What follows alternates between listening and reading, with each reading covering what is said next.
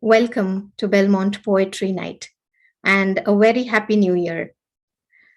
Um, I am Monica Korde, your host and the Poet Laureate of Belmont, California.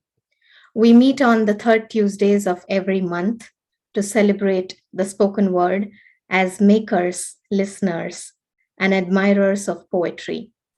We welcome featured guests sometimes and an open mic always. We may still not be at our favorite physical venue, the Belmont Library, but since the pandemic, we have transitioned to this virtual space, and I'm so grateful this allows us to welcome poets and listeners from across the globe. So thanks for joining me and zooming in. To everyone gathered here, and also those who could not join tonight, I just want to tell that your support has always been such light for the poetry community and for me. Amidst all uncertainties and changes that this new year comes with, it comforts me in knowing that this poetry community would remain a constant. And I thank you for your kindness, for contributing a verse when you can, and for making this a welcoming space for all of us. Well, it would be lovely to know where you are joining us from tonight. So please share in the chat. And talking about the new year, here's a thought that whether we welcome a new beginning or dread it, we may take it as a second chance, a chance where we can re engage with our lives, a chance to let new hopes take shape in the midst of all difficulties that we may have to go through, and a chance to return to the notion of possibility and promise. So, after the past few tumultuous years living through a pandemic, as we make a thoughtful entrance into this new year, while reflecting on the days gone by and ruminating about new beginnings, I invite you to slow down and take in the moment, as simple as it might be, before all of us proceed further here. And here's a poem to listen to by Rita Dove. And the poem is called Dawn Revisited. Imagine you wake up with a second chance. The blue jay hawks his pretty wares, and the oak still stands, spreading glorious shade. If you don't look back, the future never happens. How good to rise in sunlight, in the prodigal smell of biscuits, eggs, and sausage on the grill. The whole sky is yours to write on, blown open to a blank page. Come on, shake a leg. You will never know who's down there frying those eggs if you don't get up and see. Thank you. I love how Dove fills the humblest and most ordinary of moments with optimism in this poem. And now I feel absolute delight in welcoming my featured poet for tonight, Megan Duffy Brown. I'd also like to say it is with the Belmont Poetry Night that she makes her debut as a solo featured poet. So I'm especially thrilled to introduce her on this platform and host this evening. Thank you. What a lovely convocation. I'll go ahead and launch right into my poem, Crown the Laureate. And before you do that, Megan, however, let me quickly take the moment to introduce you and read about you. That works too. Thank you. Megan Duffy Brown is a college writing tutor, writing coach, editor, and poet living in coastal San Mateo County. Her poetry has been published most recently in Poetry Inc., an anthology curated by Moonstone Press, by Mygazine, and in Forum magazine. Last year, her poem, Life at the Center was selected to commemorate the first anniversary of Jose Castro's painting of the Middlefield mural in North Fair Oaks, California. Megan considers herself a poet memoirist, as her poetic work is often influenced by lived experience. In fact, she brings one of her guiding questions: where do we go with loss?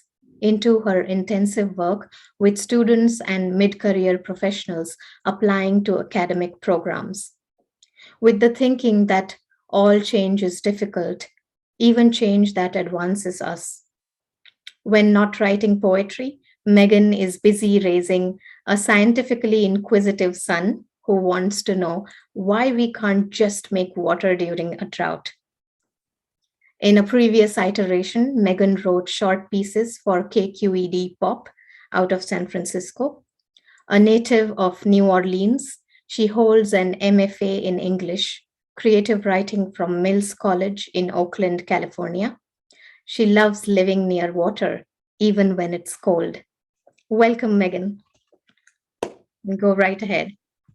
Thank you so much for the lovely introduction. I will lead you all right into Crown the Laureate.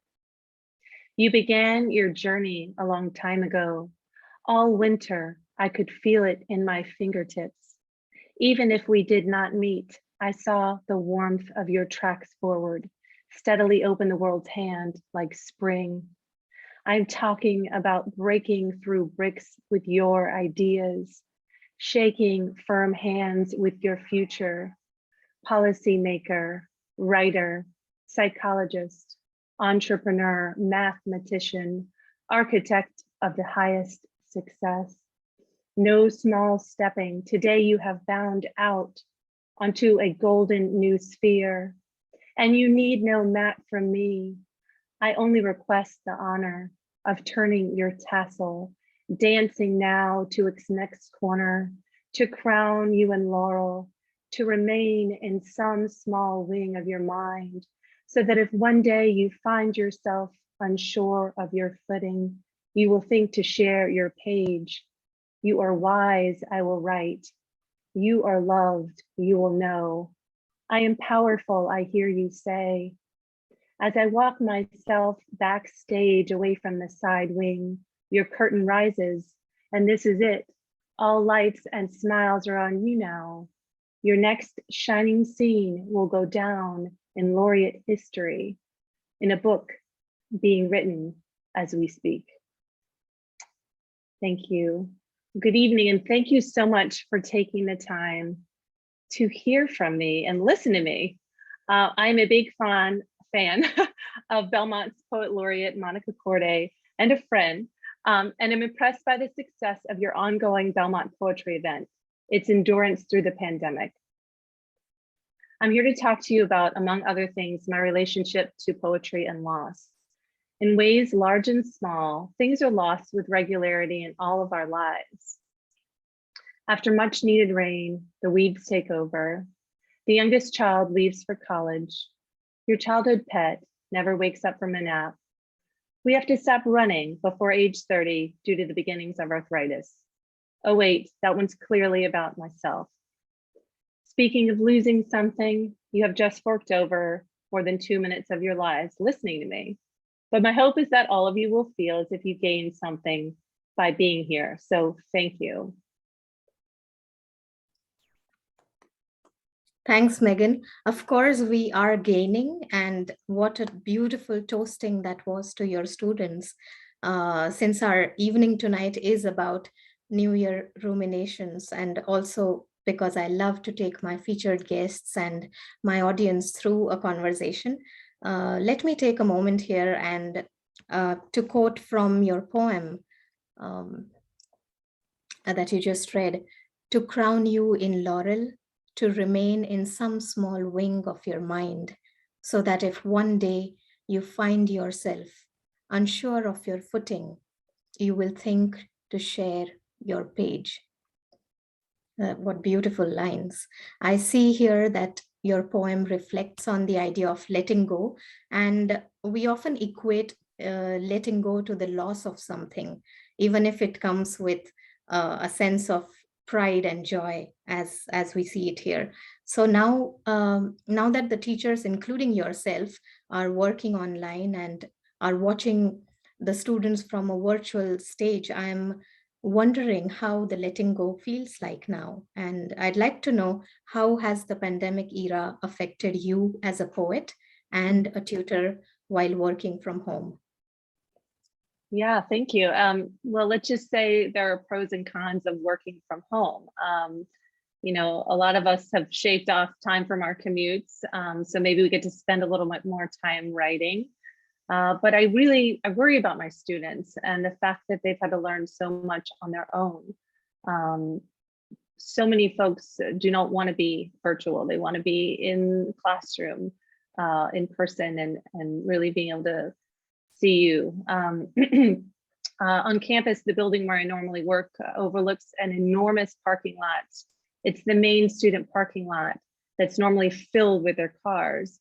And when I've gone back to campus to collect books, what I see is that parking lot is a vast asphalt emptiness. In March 2020, we all went into isolation thinking we'd been working from living rooms for maybe a few short weeks. This spring, we will see a large group of students complete their final semester at community college and graduate online, having begun their journey in the fall of 2020. I wrote Crown the Laureate for a transfer ceremony we held last year. So it's students who are transferring to a four-year programs, but it's for all my students, really. The poem is really a love letter for them. I want to be at their side to observe them achieve their highest potential. The stanza that you chose to read was really apt because seeing my students leave community college happens at what is always a bittersweet juncture for me. As a writing tutor, I'm supposed to render myself unnecessary, hence the curtain rising on the student and me leaving the side wing. So there's a form of loss for me. The student-tutor relationship ends. But look at the light that shines on the student. With every loss, there is a tremendous gain.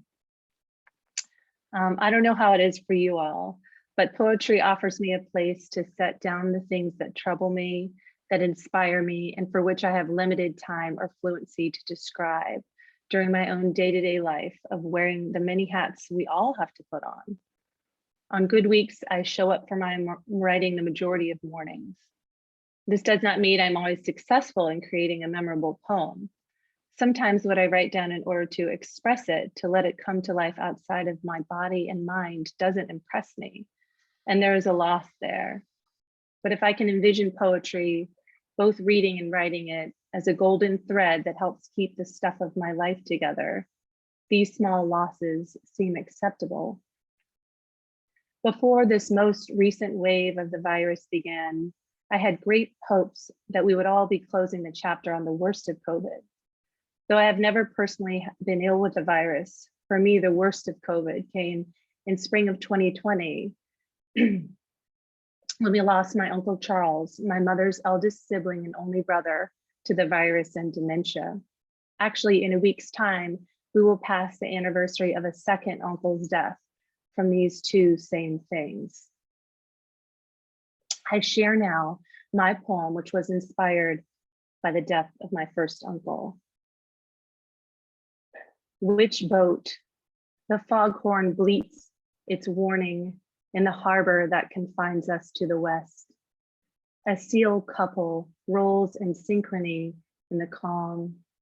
When the park ranger thwarts us, dark thoughts well in me.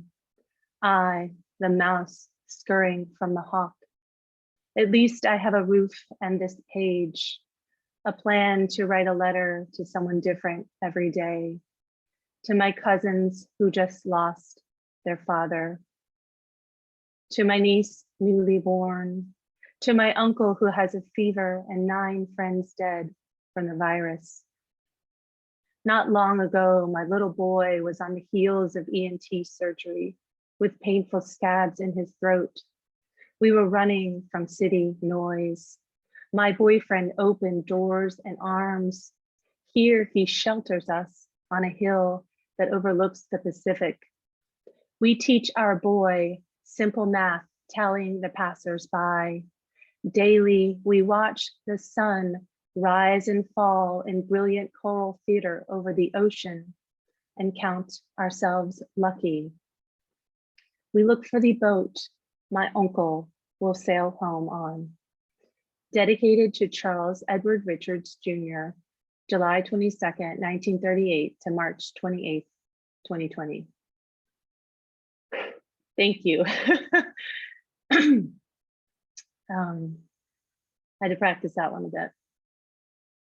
So I would like to take a moment and just silently honor the ones all of us have lost.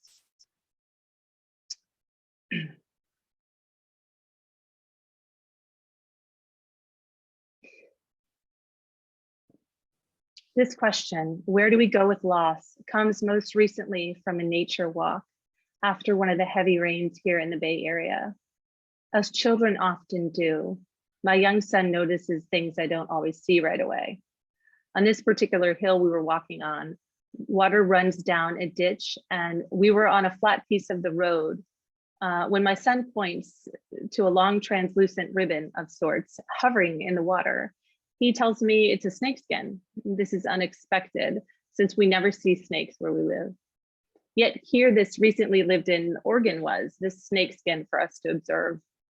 Unlike humans who get new skin every 30 days, but don't shed a noticeable layer, snakes exit their skin to inhabit something entirely new because they have outgrown what has contained them up to this point.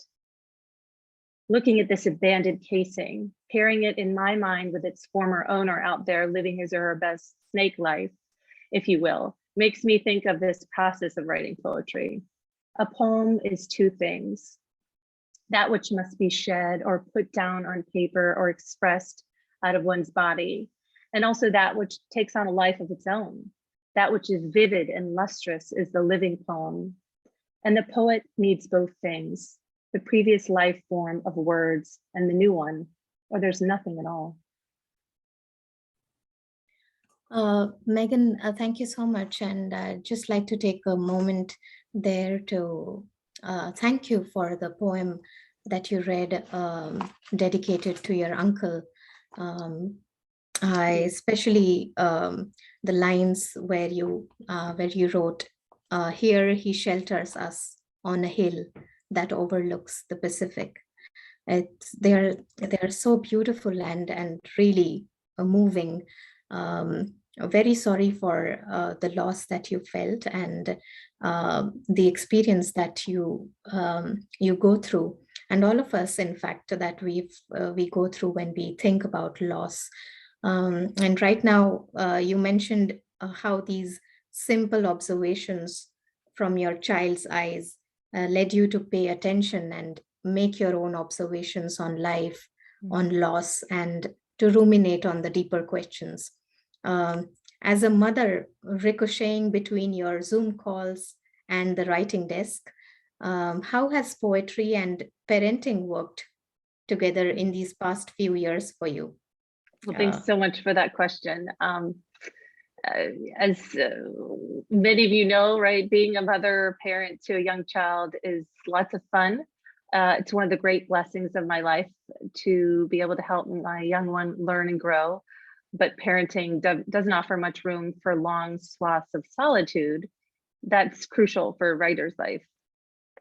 This pandemic era has been a challenging time for parents, particularly for mothers who have had to set their careers aside or shorten their days to shoulder the majority of the child rearing and domestic duties.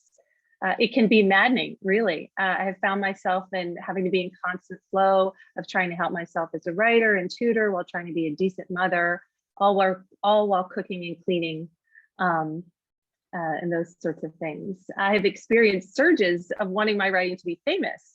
And if I'm wise, the parent in me will temper this egocentrism. The more I'm home, the more cooking and cleaning I do, and the more what is needed at home is at the forefront for me. And during COVID, the outside world, even the natural world, has seeped back into living and working from the house. You know, perhaps anyone who lives near me, you know, you might be sitting writing at your desk, and then the skunk passes your window and you're like, oh my gosh, I gotta, that's not the natural world that I want to have in here. Or maybe some of you are dealing with gopher abatement or dealing with ants. These things kind of seem small, but this kind of, what I've had to learn over the pandemic is trying to seek a sort of symbiosis with the natural world, even pests, right, in the natural world. And that is something I really want to teach my child. Small things should respect other small things, right? And that's huge for me. So that's been one of the takeaways of the pandemic is trying to balance all that, but then finding another lesson for my child that actually doesn't have anything to do with the virus, right? My advice for any other parents out there is to make poetry part of your child's life too. Get them to help wash the dishes where possible, take nature walks, right? And I recommend this for any other parent poets. And with this, I'd like to offer you some poems written over the last year. Enough. You are not the cracked egg spilled on the kitchen floor, never the one who stole breakfast. You are not the scrubbing of albumin on warped granular vinyl, or the search for soiled morsel in the divot.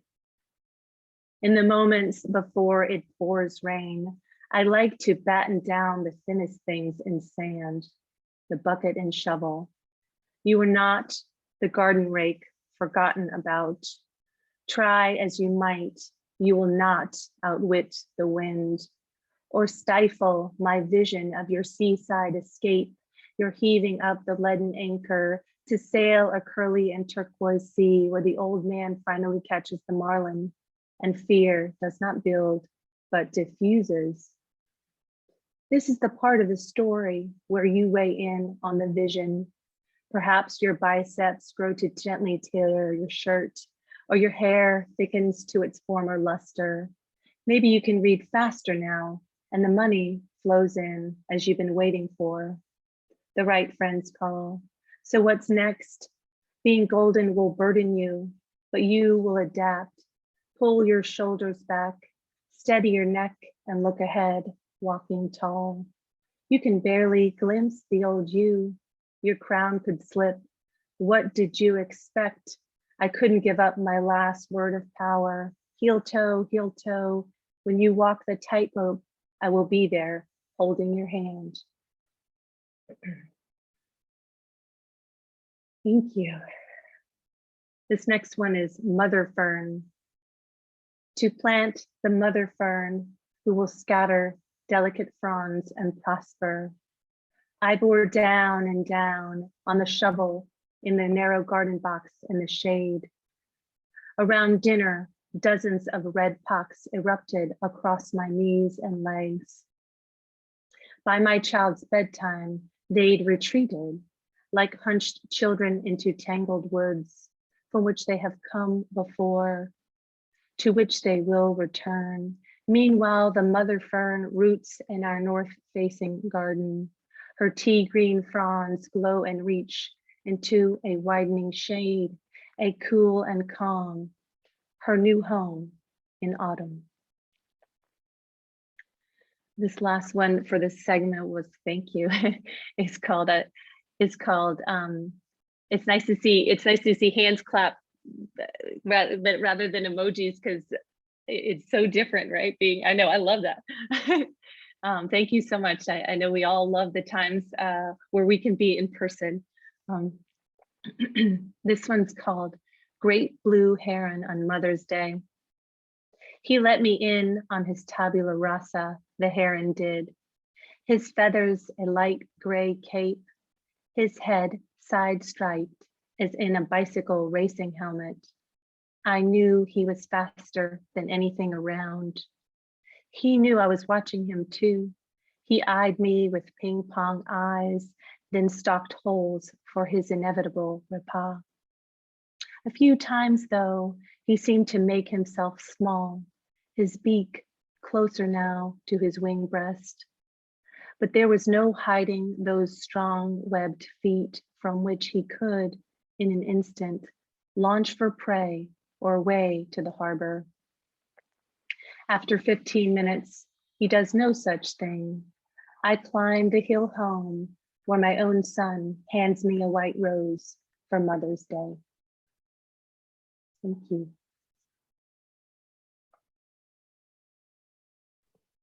Thank you, Megan. And after listening to your poems there, I've been pondering over the fragility and fleetingness of life that nature also makes us more aware of. With the extreme weather and climate change that's affecting the planet and humanity. In this past year, I was wondering what sorts of things moved you as a poet? Thank you for that. Yeah. A fair amount of my poetry is concerned with the lives of its characters, the people for whom there is a pivotal loss. So I'm just rearranging my. Speaking of loss, I'm always at a loss for how to keep my screen looking the way I want. So, and in this pandemic era, as I'd like to call it, you know, this era has produced not just loss of life from the virus, but also loss of life due to climate and weather. You know, I wrote this before the incidents of this last weekend, right, where there was an earthquake in Tonga and the Tongan Islands, and then, you know, we have dangerous waves being created here. In my hometown of New Orleans, they suffered from Hurricane Ida and people had to evacuate. Here in California with numerous wildfires, you know, crushing waves. And, you know, one weekend last winter, waves caused by a cyclone off the coast of Alaska put lives in peril here. You know, people went missing. So these next two poems are my recent responses to climate, weather, and loss. This first one is dedicated to a particular incidence of drowning in Pacifica. Mid-December death. The sea just took a man, a father. Awe at the way the ocean shines in a ripple of diamonds sent him over the barrier with his camera. A quick white drape covered him with a roar. He used to disappear like this when the kids were young, but he was always behind the bed sheet, then up with a smile. Wrapping the Christmas presents, his widow can't get the ribbon to curl right. She pictures her late husband lying peacefully on the sea floor, still in his sky blue Oxford, rock shrimp nibbling at his soft cheek. They'd promised they would stay together until the very end, if cemetery, if crematorium. But she can't manage to imagine the first shark strike on her partner of 40 years. For so many beloveds, she folds corner and edge of wanted surprise. Light catches her wedding diamond, reflects its many angles, facets of immutable duty, to bear witness to the quick work of ocean teeth on her late husband, so that she might finally carry him home. Thank you. As I mentioned, this was inspired by a specific incident I learned about in Pacifica. I don't know how old the person was, but I just know that he was a father. And in my rumination, I came across a newspaper article about a man whose life work it is to search lakes for the deceased to help get their families gain closure. And after I wrote Mid-December Death, I thought so much about the people who were waiting to hold funerals, right, during COVID for their recently departed beloveds, and how hard this must be, how this lack of closure is so difficult. So I hold all these folks in my heart. You may have been among them, you know, waiting to have closure on your families. This next one is a sort of a separate response to climate. Looping poem. I am interested in the ocean on fire, in the decaying Great Barrier Reef, seen as far away as the moon. I want to know more about the fading coral exoskeletons that crumble, it must be, into white dust. Bleaching equals the death of the ocean. Each of us is a barnacle, free hanging on the back of a gray whale as she journeys thousands of miles. A barnacle, that's my size in this world of oceans, a new one named just last month. Looping is a way to hone focus. In French, the infinitive essayer means to try, as in lifting even a single finger. For my essay to hold water, it should arrive at a worldly so what? How to finish the argument, how to halt production of plastic, such as the pen I hold, how to spend writerly days up and out of chairs, disentangling whales. I'm working on a rosier conclusion, an effort I'd like to loop you in on. Would you mind please coming to the stage? Thank you. Yes, to that question, with your poem ends, Megan. Would you mind please coming to the stage? And absolutely, I hear there is a nudge to your reader, isn't it? An invitation to join you. So I see the poet's voice as a leading voice here, calling for action or calling to join them in voicing their thoughts and ideas about whatever bothers them. And P.B. Shelley, the 19th century poet, famously claimed that poets are the unacknowledged legislators of the world. So for you, when you are writing, do you think the poet has a civic role or duty in society? Sure, yeah. I mean, poets must be awake and must tell the truth as best they can, as best we can, right? And I'm not sure I was always encouraged to do so by society. As a woman who grew up in an environment where my elders, aside from my brilliant, lovely social worker mother, these elders expected me to keep my legs crossed at the ankles and never chew gum in public, much less talk about racism or socialized medicine.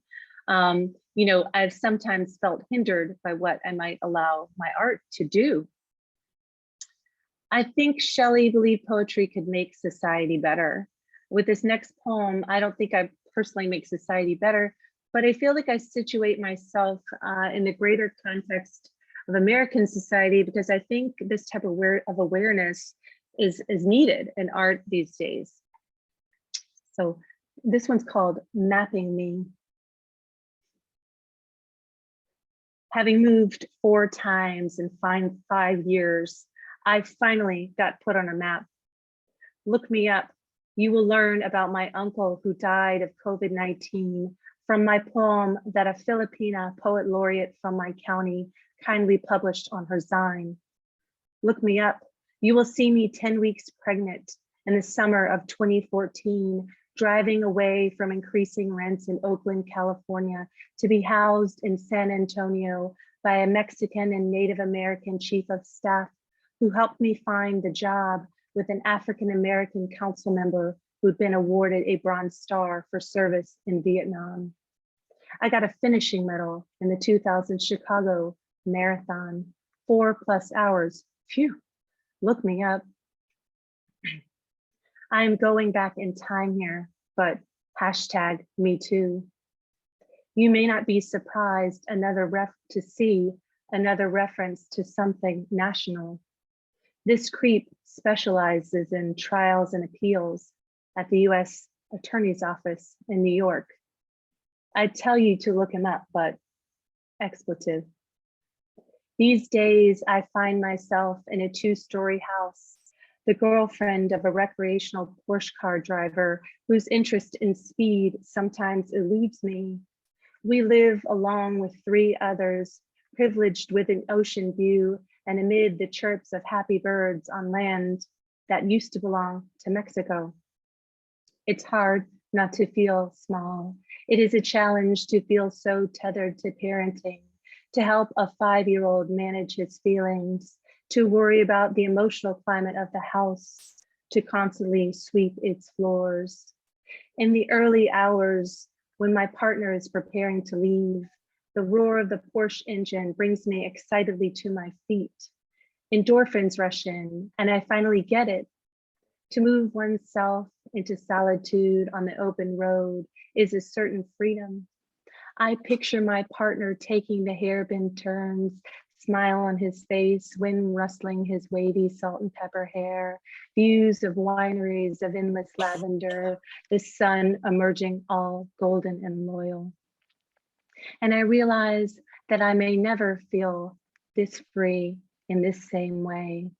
This life, this mind, this poem chose me a long time ago. I sit down with pen. I see where I need to go. And I experienced so much, thank you, catharsis finally writing that. It's like there was once a time when I was too young and powerless to force a reckoning of the boundaries crossed, right? And I needed to write about so many pieces of me and so many different pieces of other people in my life and identity, you know, to finally be able to articulate this one thing that happened to me. And now, like the snakeskin once lived in, my losses can dissolve into the ether. Poets must be concerned not with just individual or personal losses, but also with community losses. The piece that has been the hardest for me to write attempts to articulate my white privilege in the context of the Trump administration and in the aftermath of the George Floyd murder. I began the poem at the beginning of my reentry to poetry after not writing much for 3 years, and I haven't finished the piece yet. I realize one of the reasons it is hard is that it matters so much to me, and I want it to be perfect. But I'm going to keep trying and keep showing up as an ally and as a poet and educator. While it's true that I may have been writing in an isolated bubble for these months, we don't live on an island and must stay connected to what's going on outside of our own poetry. I'll close this section before the open mic with my poem inspired by visual art in the town of North Fair Oaks, California. I hope it grounds you in a sense of community. This is called Life at the Center, a poem inspired by Jose Castro's Middlefield mural. Power is out across the bay. You have heard this. Buildings of coal rise at water's edge, stark, antagonizing soft. In North Fair Oaks, a pink rose of grace springs forth, popping golden sun from a book. Better get with art, science, math, technology. All the children here get steamed, but the train that takes you to your engineering job stops a mile out of town. This is history. Visitors expect an education. Water that feeds your well runs beneath these streets. Into an open hand, an apple will fall, will reveal its fruit and seed. You might need the same thing as history, as the struggling urban store, a young girl learning to read, those waiting for rain. At the edge of darkness, you can always climb a tree. You awaken on a busy day at the center of town. Thank you so much for having me. I look forward to hearing your poems in this next segment. Thank you so much. Thank you so very much, Megan. Those were such richly textured pieces and so soothing in the way you read them to us. I'd like to open the floor up briefly for any questions or comments, and before we close this segment and I end the recording, I encourage you all to unmute yourselves and say what you may wish to say to Megan. Please go ahead.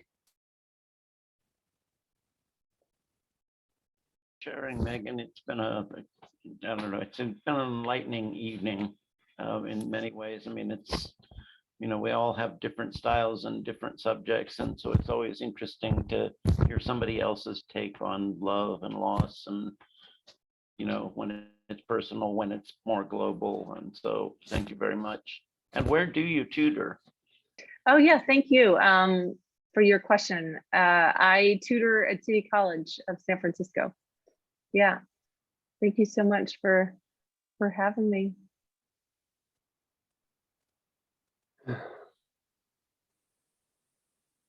Megan, I'm wondering what prompted your 3-year hiatus and what prompted your return?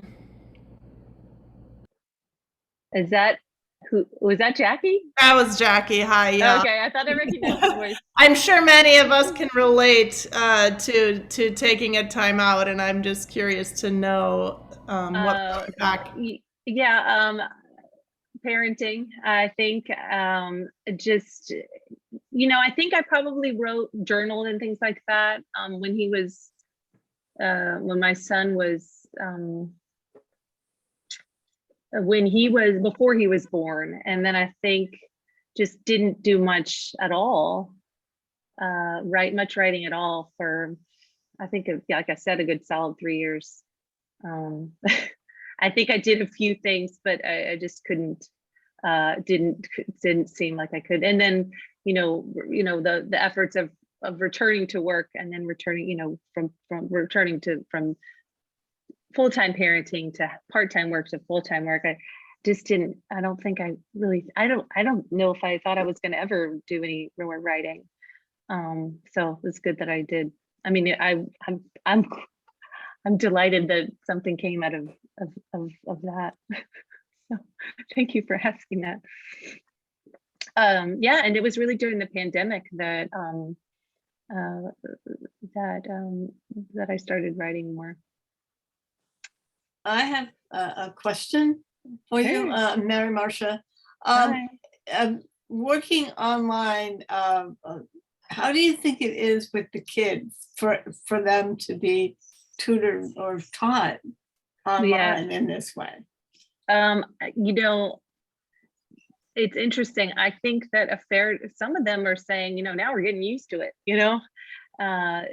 that they're, I think what's happening to them is also happening to me, where we go, okay, we're ready to go back in person. And then another wave hits. We're like, okay, you know what? Actually, I'm getting used to being home. And I think people want to stay safe and healthy. As I've talked to a number of students who are quite, young, but younger than me, and who, had 13 family members get sick and all that stuff. And to answer your question, I mean, I think that they're just managing it. And I don't know if it came across, but there's a whole group of students who I've never met in person that I've completely tutored them throughout their entire, career, City College career. And I'm so thrilled that they're moving on. But it's like, oh, I'll never meet you in person, will I? So I think some of them are kind of trying to get used to it, but I think ideally, I think the majority of them would like to be home. I mean, would like to be at school. I think the majority of them really want to return to some sense of normalcy, because a lot of them, a fair number of them, have multiple generations of people in their house, and they have maybe younger siblings, or people want our identities, when multiple different hats that we're wearing, we're having them all on at once. It's a little frustrating. I think some of them would like to just go head on and start living their 20-something-year-old lives again. So thanks for the question. Well, thanks very much, Megan. I think it's very important for all of us to know what how the world out there is from different perspectives, and how you see the world, and how poetry helps you navigate through all these personal experiences that you have. And there was so much intimacy in the poems that you shared. I think each of your poem urges us to slow down and at the same time carry forward. So an essential thought to hold on to when we are peering out into another year, while taking hopeful steps towards this new one. So thank you. Thank you. And with that, we are going to stop recording now. Those of you who are in the Zoom room, please stay online for the open mic segment of the evening. To the YouTube audience, thanks for joining in, and hope to see you for next month's virtual Belmont Poetry Night. Good night, everyone.